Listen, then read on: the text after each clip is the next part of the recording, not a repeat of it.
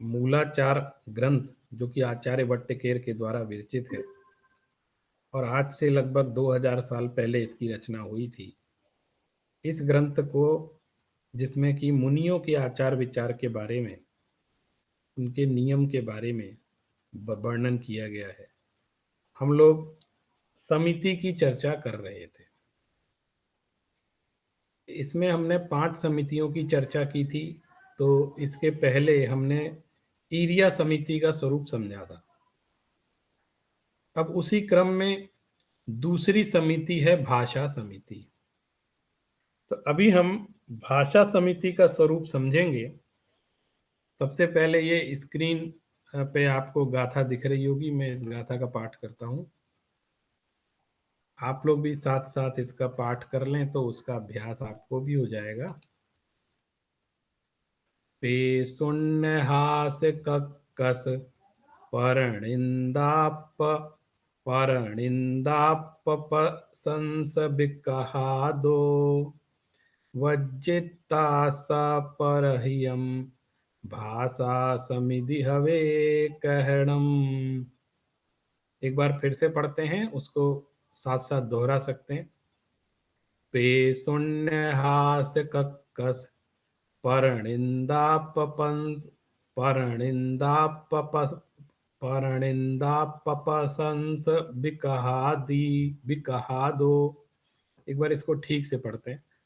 पय शून्य हास्य कक्कस परनिंदा परनिंदा पप पप परनिंदा पपसंस विकहादो वज्जिता सपरहियम भाषा समिति हवे कारणम। इसमें भाषा समिति का स्वरूप बतलाया गया है कि कैसे हम जो मुनि हैं वो अपनी भाषा को कंट्रोल में रखते हैं, अपनी भाषा पर संयम रखते हैं। साधुओं को कैसे अपनी भाषा पर संयम रखना चाहिए, इसका वर्णन इसमें किया गया है, उसका स्वरूप समझाया गया है। गाथा से ही देखते हैं। पे शून्यम, पे शून्य, पिशुनस्य भावा पैशून्यम। पैशून्य किसको कहते हैं? जो निर्दोष, निर्दोषस्य दोषोद्भावनम। निर्दोष, कोई व्यक्ति निर्दोष है तब भी उसके ऊपर दोषारोपण कर दे, उसको पैशून्य बोलते हैं। हम लोग हिंदी में उसको कहते हैं चुगली करना। किसी व्यक्ति ने कोई काम नहीं किया लेकिन उसके बारे में दूसरे से भिड़ा देना कि इसने ऐसा किया है। जिसके अंदर जो दोष नहीं है उसको भी उसका दोष बतला देना, ये पैशून्य वचन कहलाता है। देखिए, जब हम शब्द सोचते हैं तो शास्त्र में टीका में उसका क्या अर्थ है उसकी अपेक्षा से देखते हैं। हास, हास शब्द का क्या अर्थ है? हास माने हम लोग सोचते हैं हंसना, तो हंसना ही है, लेकिन हंसना क्या? देखिए, हसनम हासः हास्य कर्मोदय वशात धर्मार्थ हर्षः। कह रहे हैं हसनम हासा, हंसने को हास कहते हैं, लेकिन हास्य कर्मों के उदय से के वशीभूत होकर अधर्म में हंसना, माने जो धर्म के विपरीत है उसमें हंसना हास्य कहलाता है। तो इस प्रकार हंसना, कक्कस, कक्कस कहते हैं ना कर्कश वाणी, तो कर्कशः क्या है? श्रवण निष्ठुरम काम युद्धार्थ प्रवर्तकम वचनम। ऐसे वचन जो सुनने में निष्ठुर लगे, कर्ण प्रिय न हो, और ऐसे वचन जो काम के लिए और युद्ध के लिए प्रवर्तित करा दें। आप देखिए, ऐसे ऐसे लोग भाषण देते हैं कि लोग भड़क जाते हैं सुनने वाले, एक दूसरे के खिलाफ ऐसे भाषण लोग दे देते हैं, तो वो बड़ा कहते हैं एक वाणी के कारण से युद्ध हो गया, तो लोगों में वो भावनाएं भड़क गई।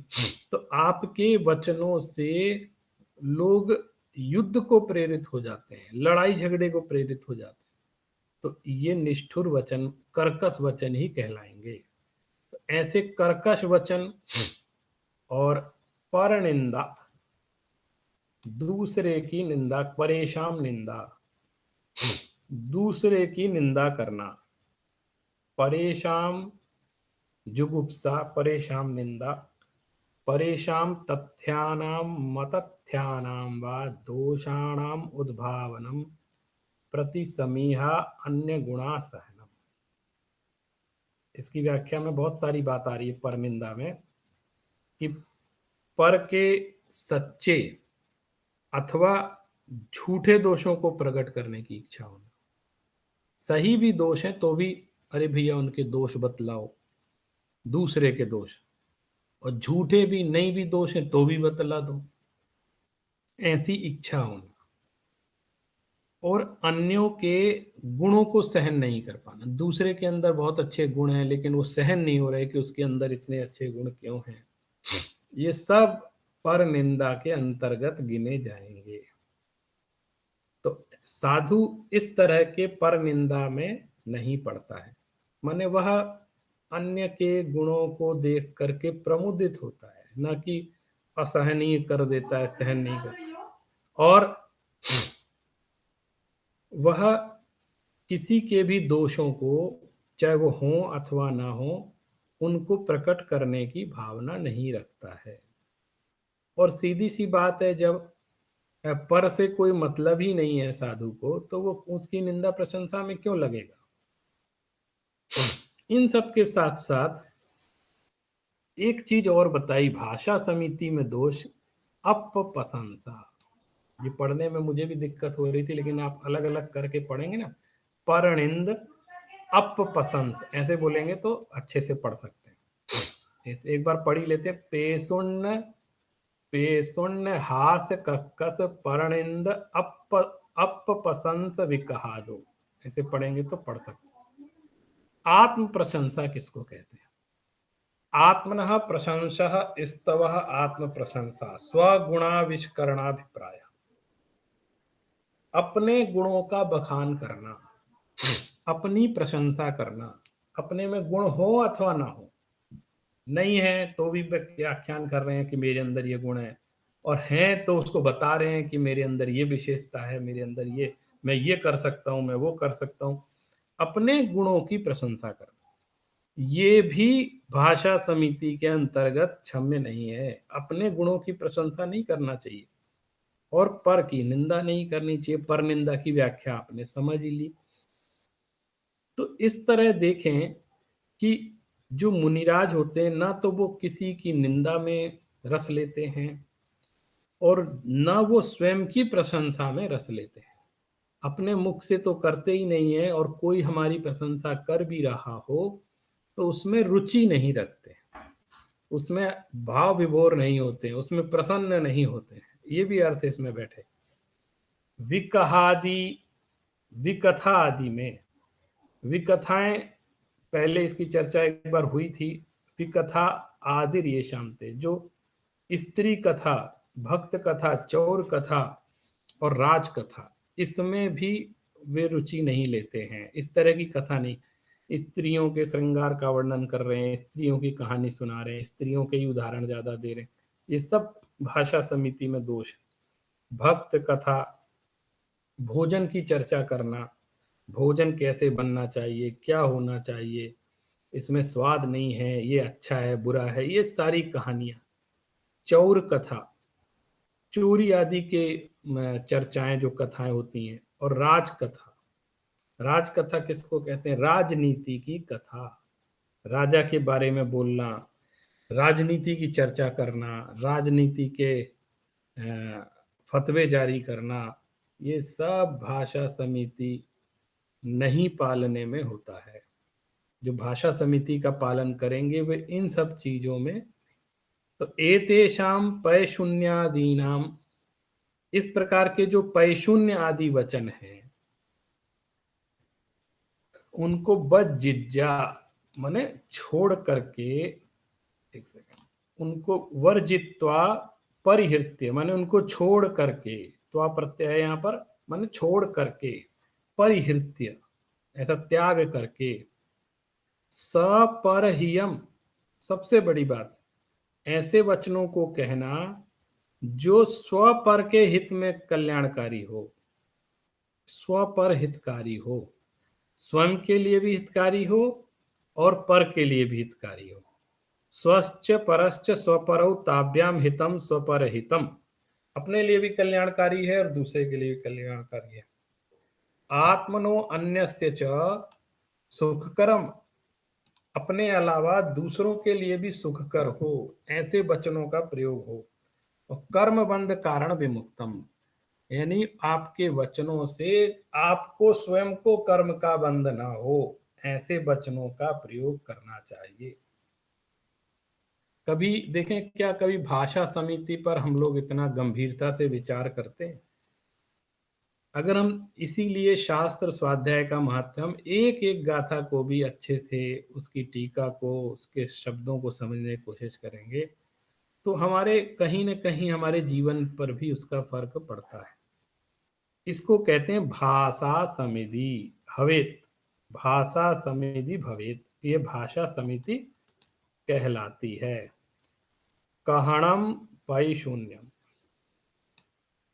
इसको हम लोग भाषा समिति कहते हैं।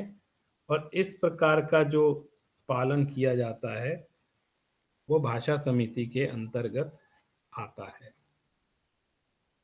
आचार्य कह रहे हैं, हास कर्कश पर निंदात्म प्रशंसा विकतादीन वर्जित्वा स्वपर हितम यदेदत कथनम भाषा समिति भवित्यर्थः। ये इसका पूरा लक्षण हो गया कि हास्य, कर्कश, पर निंदात्मक, आत्म प्रशंसात्मक और विकथा वाले इन सब वचनों को त्याग करके सिर्फ स्व और पर के हित में जो कथन किया जाता है उसको भाषा समिति कहते हैं, भाषा समिति कहलाती है, वही भाषा समिति होती है।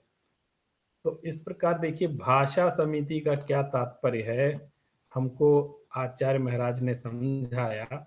हम लोग एक बार और इस गाथा को पढ़ते हैं तो और अच्छे से अर्थ ध्यान में आएगा। पय शून्य हास कस परनिंदा परनिंद अप पसंस विकहा दो वज्जिता सपरह्यम सप सपरह्यम भाषा समिधि हवे कहणम। तो इस प्रकार ये हमने 12वीं गाथा में आचार्य के द्वारा रचित, ये आचार्य भट्टकेर के द्वारा रचित इस गाथा को समझा है। और हमने आज ये समझा कि वास्तव में भाषा समिति क्या कहलाती है। भाषा समिति पर विचार करना इसलिए भी बहुत आवश्यक है कि हम लोग अपनी भाषा पर कंट्रोल नहीं कर पा रहे हैं, और जब कहीं भाषण दें, प्रवचन करें, तो कितना संभाल कर श्रुत के अनुसार, आगम के अनुसार वचन हमें कहना चाहिए।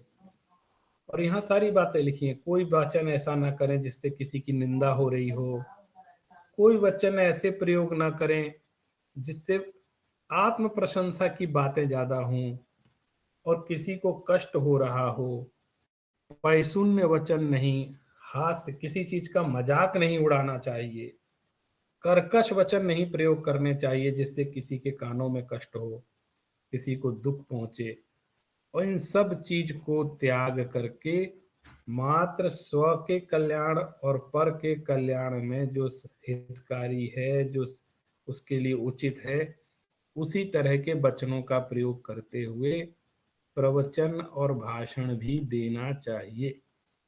इस प्रकार आज हमने भाषा समिति का स्वरूप समझा है।